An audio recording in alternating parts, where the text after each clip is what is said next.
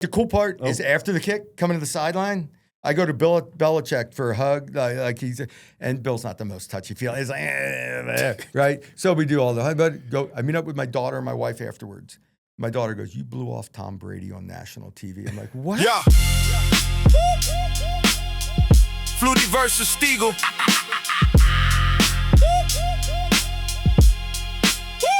It is Flutie versus Stegall. It is the studio sessions. We are powered by Ozune, and we have our quarterback, Doug Flutie. We have our Hall of Fame receiver, Milt Stegall. You two are among the best to ever do it at your positions. And it's amazing just spending a few days with both of you. Like, it's hard to go anywhere, Milt, with this guy. Anywhere. Through the streets of Las Vegas. I'm riding his coattails, baby.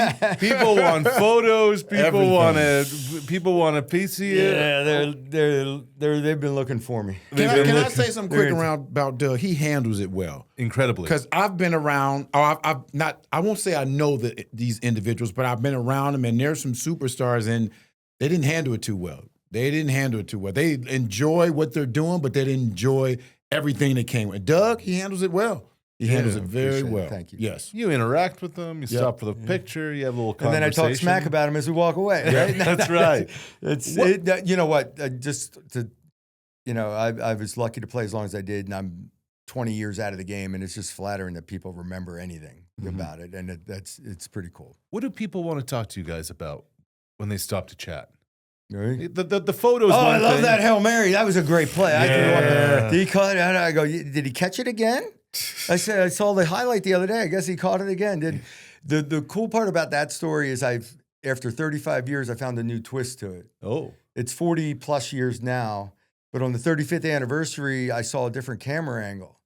And the tight end in the locker room after the game came over to me. He says, "Hey, Doug, we had a chance on the back." I sent him down the backside. I rolled right into threw it to me. He goes, "Hey, we had a chance. We had a chance." I go, "Yeah, great, Pete. Yeah, we had a chance, whatever." 35 years later of hearing this, I see the angle. He is all by himself on the 10-yard line on the backside. The backside corner drifted across, jumped up, bumps into safety. The ball goes through. Gerard caught it. The backside corner should have been back there. He's all by himself. So I called Pete that night. Said, "Hey, you're right. We had a chance." He goes, "Yeah, but I would have dropped it." Nice, nice. You were involved in a Hail Mary that was crazy. In Edmonton. Yes. Down a bunch, 4 seconds to go, and then needing 100 yards to go. Yeah, it was crazy. I still can't believe that play happened. It shouldn't have happened. It was just some bad defense. Of course, I made a great play, but let's be honest. It was a bad defensive call. We need a 100-yard touchdown. We're down about 4 points, so we can't kick a field goal. With 4 seconds to go. Left. How come I haven't seen this play? Where have you been? It's the greatest play in football history, Doug. I believe that. So we're down, 4 points, need 100 yards to go, and they decide to play like a zone blitz defense. They act like they're going to blitz the linebackers, and they bring them back. So you only got 4 DBs back. Kevin Glenn just throws it up to me. I catch the ball. It's like I turned invisible. 2 guys miss me and bump into each other, and I go for the touchdown. It's crazy. It's crazy that it happened. Don't get me wrong. I made a good catch, but it was just a bad defensive What was the total yardage? 100 yards? Yeah, it was 100 yards. 100 even. See, NFL people, 110-yard field in Canada for the NFL people. Yes. I actually had a 106-yard touchdown pass, and people are like, what? 100-yard play. Yes. That's awesome. So it's longer than any play in NFL history from the line Ever. of scrimmage. So when it happens, you're so excited, et cetera, we win the game.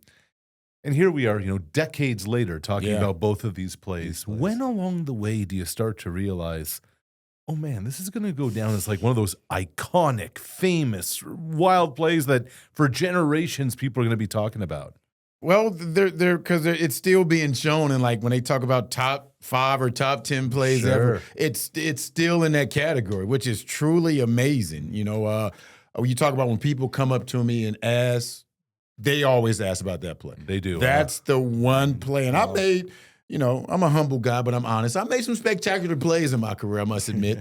But that's the one they always bring up. They always say, I went to bed, then I woke up and watched SportsCenter and that happened, or I turned off the TV. Somebody said, turn on the TV, turn back on the TV. And it's not just Winnipeg fans. It's fans throughout Canada who always come up to me and ask about that one and mention that one. So, they'll forget about Milt Stegall, but they'll always remember that play. Remember the Yeah, play. it just CBS wouldn't let the Hail Mary die. They Right. would, every college football season they're reliving it, they're bringing it up, and then the anniversaries and the interviews.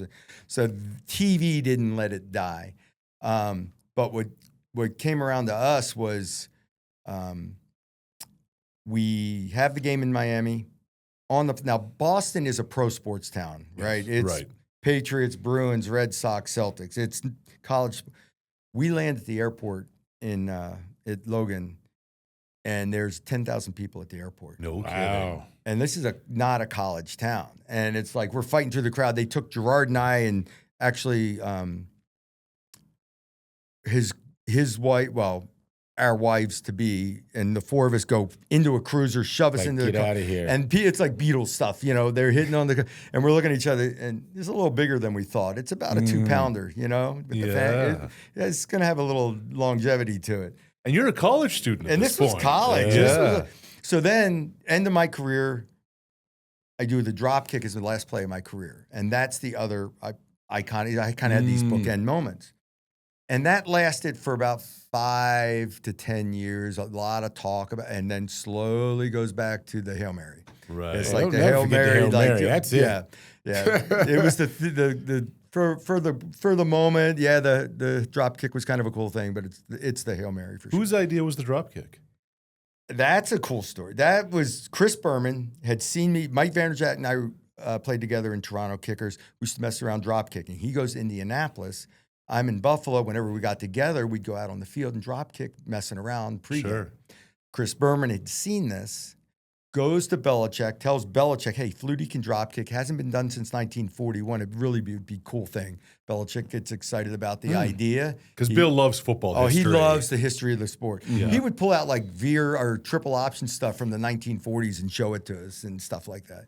So, that's where the idea got going. Bill brings me in the office. Berman's just beaming behind him. And it's just like, okay, we can Let's do it. He goes, practice, we're going to do it tomorrow in practice.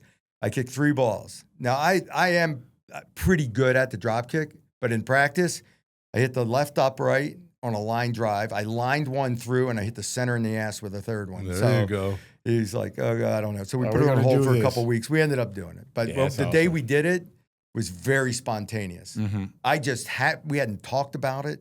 That's I how it happened should to be be done. Yeah, it didn't give me a chance to get nervous. Exactly. Don't It didn't- overthink Nice it. and organic. Because the week before we were talking about doing now it. you're thinking about and I it. was thinking about the entire game on the side. I don't want to miss Right. this. I don't want to miss this. Whereas suddenly it's Doug go. Doug, go. Yep. Done. Yep. And it happened. So we talk about the plays. Oh, but the cool part is after the kick, coming to the sideline, I go to Belichick for a hug, and Bill's not the most touchy-feely. He's like, right? So we do all the hug, but I meet up with my daughter and my wife afterwards. My daughter goes, you blew off Tom Brady on national TV. I'm like, what? Tom came out for a high five. And I you went missed right it. by him to Bill. It's like, Wow, that's awesome. Yeah, and it became a thing. Like Tom's very awkward with high fives. Yeah. Tom doesn't make eye. It's like he just puts his arm up. Right. Yeah, it's become a thing. There's like a bunch of things where people have blown Tom off on high fives. Right. That's fantastic. Have a feel. Yeah. Slap hands. Slap That's how it is. Slap hands. Slap hands. Bill's not a Hercules. touchy-feely. Hey, Belichick's not a touchy-feely kind of guy. Nah, touchy-feely. What's a play you'd love to get back? Like we talked about in another show, the Malcolm Butler play. Obviously, Russell Wilson closes his eyes often and thinks about that. What's a play you'd want back? And can I go back to high school? Is that okay? You can do whatever you I want. want to go back to high school. Okay. And this was probably one of the most embarrassing moments of my football career, right?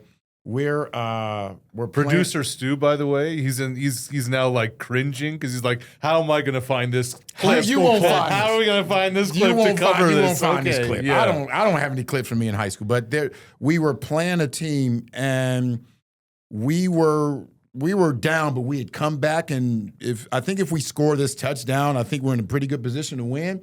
So a guy catches the ball, and he's running down the field. I'm running down the field. We're about to celebrate, and I accidentally trip him. Oh no. Yes. I accidentally trip him before he gets to the end zone, and we don't score, and we end up losing the game.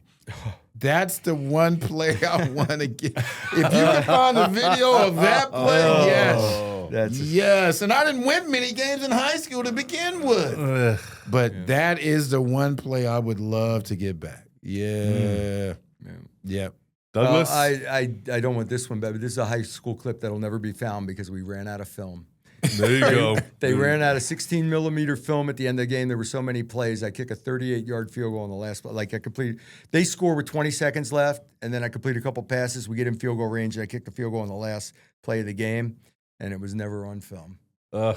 So I want that. But the play I want back, playoffs, we're playing Miami and Miami. I had a heck of a day throwing the ball. Eric Moulds had just a stupid day. This is how the day went. Started out the game with like a 60, 70-yard post route to Moulds, and at the end of it, he fumbles. And they get so it was that kind of day. We made plays left and right, but never got the points. And so end of the game, we're down 10. We should have scored a touchdown. We get a penalty. We kick the field goal, cut it to 7, get the onside kick, go back down.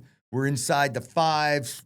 No timeouts, 13 seconds-ish, whatever. Double slants. And I turn, and it's not there. And we had played in Buffalo earlier in the year. And it was kind of similar type situation at the end of the half. And I threw it out of the end zone. The game is you always throw it through the upright. It's aim at the upright and try to hit the upright. Sure. So I aim at the upright, and I throw it out of the end zone to stop the clock.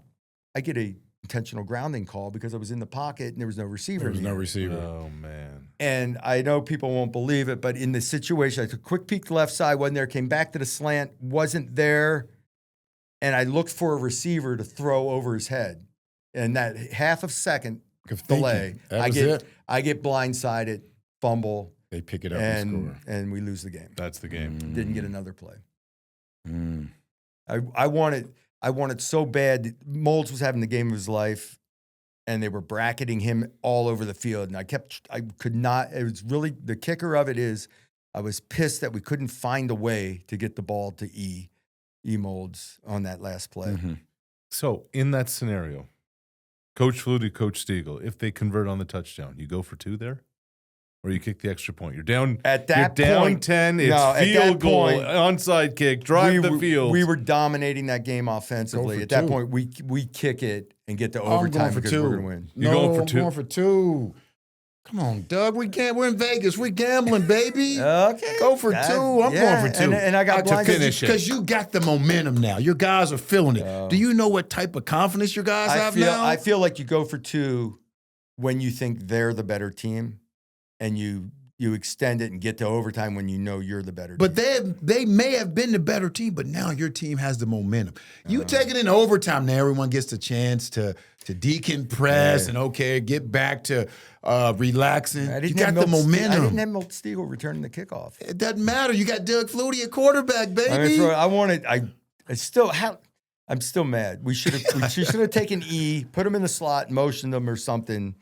It was a day where you throw the ball. I don't care how many guys are over there. Throw the ball up to Eric, and he was going to catch it. He's going to make a play. It was just didn't get the opportunity. Didn't do it. So many people are so kind when they come to you guys, asking for a photo, autograph, memory, whatever. You run into dickheads along the way too. Run into turds. We ran into one yesterday. There's a certain town, a certain city that they seem to come from. But, Pennsylvania somewhere? That's too much information. That went too far. Taking it too much. But see, if people can assume the city now, then it's true. Right. Okay. Okay. But no, there are people that want to antagonize, see if they can get under your skin and try to get a reaction so they have a story. Yep. And you just walk away and nod and try not to respond or try not to react. And then I'll spend the rest of the day pissed off that I didn't react. By doing the right thing. People always come up to me and say, "Oh, Stegall, you don't have any championships.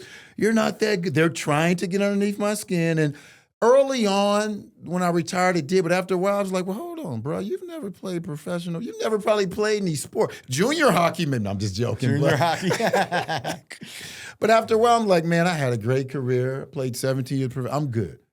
Sure. Yeah. So that's people know. That's why they try to come. What amazes me is, And sometimes people do get flustered. Like I've been around some high-end celebrities, and they just don't know what to say. They don't know what to say. Right. And then they try to be too cool, and they say something that actually ends up being offensive, or try to, you know, just to be one of the guys or something. They just overthink it sometimes. Better off just don't say anything. Just ignore them. That's the best thing to do. So you say being around celebrities, you coming out of college. This is the time the USFL is in year 3. There's a whole bunch of players going to this upstart spring league, etc. And the owner that signs you is the one, the only Donald Trump. The Don. It's amazing. I look back, you know, I'm like sitting in his office one-on-one with him. I'm traveling. My wife's sitting in the luxury box with Donald Trump and Ivana, and asking Ivana for her hand-me-downs. And, you know, it's like, hey, what? And what? She looks at Cindy Herschel's wife and my wife. Herschel Walker played for the Generals. Cindy and Larry are up there, and Cindy's like, we got to ask her for hand-me-downs. We got it. You ask. I'm not asking. And like, do you have any hand-me-downs or anything? And it's like, what are these hand-me-downs? What do you no idea what the hell you're talking about, right? So anyway, no, it's pretty cool to look back and say, hey, you know, I was a part of that with Donald Trump and all that. And then you fast forward to, you know, the other aspect that he's at Trump Plaza, and there's a Holyfield Foreman fight. Right. And I'm going to the fight, and I'm on my way down there. And while I'm driving down, it's my wife and I and my buddy and his new girlfriend. And we're going down. And I got 4 ringside seats. And I'm like, we're going through Jersey. I go, yeah, John Bon Jovi was a good friend at the time. And I'm like, yeah, John lives right off this exit. He goes, call him. Yeah, my buddy, he's like, call him. Oh, you got to call John. Yeah. So I called John. Hey, what's going on? Hey, what's going on? I'm heading down to Atlantic City, Foreman Holyfield fight. John's like, really? I go, do you want to go? He's like, yeah, hang on. We'll meet you there. You know, he talks to Dorothea. They're coming down. I go, Paul. Be careful what you wish for. Paul, you guys are out. You know, it's like, I only got 4 ringside seats. John and Dorothea are going. I don't care. If Jovi's going, I'm going. So then we get there, and we're going, and John shows up, and like my buddy looks at me and goes, hey, Jovi's got a big gourd. What are you talking about? He's like, he's got a big head. He's got a big ass head. Oh, John, like, what the heck is a gourd? Like, oh, what are we doing here? This is Paul. Right? Oh, I shouldn't be saying. This is so. Too anyway, late now. You got to keep it going now, Doug. Fast forward. We're going to the fight, and we're walking through the hallway, and these 3 guys are walking towards. This is before or after the fight? This is before the fight. Okay. 3 guys in leather outfits, head to toe, looking like Tukey the Clown in my mind. One's all out white, one's red, and one's black. Oh, leather outfits. And my buddies, look at these idiots. Look at these. Hell, that's MC Hammer. Hey, Hammer. He goes, hey, Hammer, what's up? Hammer goes, sup. Walks by. My buddy's like, Hammer says, Hammer, he knows who I am. That's right, that's Hammer. So then we go to the fight, and I bump into Donald Trump at the fight. He sees, at the time, John Bon Jovi's the biggest thing ever. So Trump sees Jovi. He's like, you guys are coming to dinner with us. Him, at the time, it was Marla Maples. And we all go up, and we're having dinner together. Now my buddy on his first date. We're going, we're hanging out.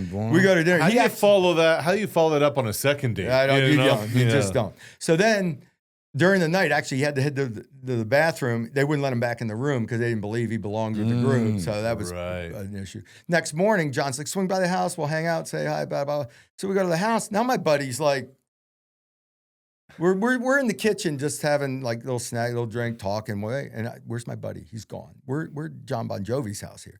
I'm like, where the hell did he go? And I'm looking around. I walk down the hallway. I go around the corner, and John's got all his gold records in the piano room, whatever. And my buddy's in there. He's like, Flute, look at this. Look at this. This is cool. I go, what are you doing? He goes, I'm going to be here once. Right. He can kick me. I'm only going to be here once. He's not inviting me back. Right? So then John follows me, comes around the corner. He says, what's going on? My buddy right away, hey, you play? Paul's shooting his shot here with Paul, John. Yeah, he's like, hey, you play? It's like, I'm taking lessons. I'm learning to play. Play something. Wow. I'm like, shut the hell up, Paul. John sits down, starts playing. People get ready. and he's like closing his eyes. He's singing out like, and my buddy's looking at me going, This is Bon happening. Jovi. He's sitting right here playing piano. This is John. So ends up, we go back, we call it a day, everything's cool. We go back and never dated the girl again. That was it. She'll never forget that day, though. I guarantee you. One What? date wonder. Oh, God. You come to Flutie versus Stegall for the picks. You come to the studio sessions for the stories. That's Doug Flutie. That's Milt Stegall. Wow. We're powered by Ozune. We will see you next time. Hopefully, we see you next time. Hopefully we see you. Flutie versus Stegall.